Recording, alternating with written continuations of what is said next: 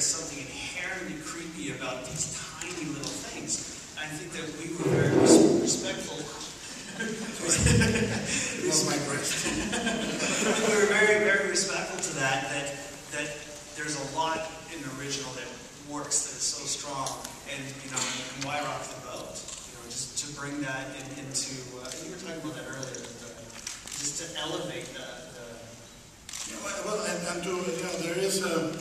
What I loved about the original was the fact that these things were not big and scary. They were small and wickedly smart. They relayed on the fact that no one could see them and no one would believe they existed. But the fact is, this movie, when I saw it as a kid, it became such a powerful movie, left such an imprint in my nation. And years later, I saw it again as an adult, and I realized that it must happen to you now and then that you reread a book or you rewatch a movie, and you realize there's a second movie that you entirely made up in all those years. That is not the movie you originally saw.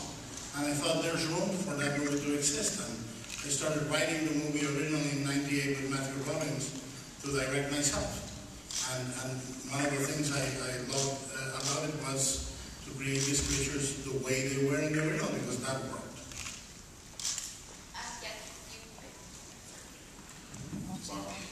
Hey guys, Mark Walters, BigFanboy.com. Troy, very nice to meet you here. I'm good to see you again. Troy, I wanted to ask you, being a comic book creator, what were some of your personal influences artistically, maybe going into your profession, and what were some of those influences? How did they maybe influence your perception on how to visualize this film? Yeah, absolutely. I mean, coming from a world where you are essentially creating worlds from scratch, I think from the color palette to the design of the house, working in terms of wardrobe with the characters, having juxtaposition of what, trying to force something that doesn't work in the context of what a house likes. I really did fixate on color. I was a color Nazi when I was working on this movie. There was movies that are colors, that extras had to wear. Essentially, I broke it down. The house is all warm, like autumn colors. The outside world was all cool colors. So anytime you see anyone in the outside world that wasn't Katie or Bailey, they're wearing blues and grays and purples. So you watch every extra.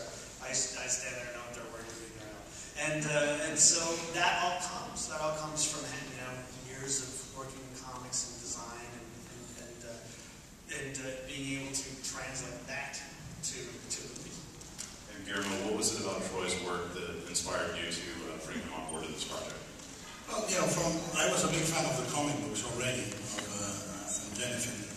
Was the first time I saw his work, and I lost it after an original piece of art. With Jennifer in the bed with the tentacles spilling over the blanket. It's in his house. Which is in my house. Now, I wanted very much to know that guy, know the guy, the same way that I wanted to know Mike Mignola, for example. And we met, we had a good first encounter, and then he emailed me some JPEGs of his short.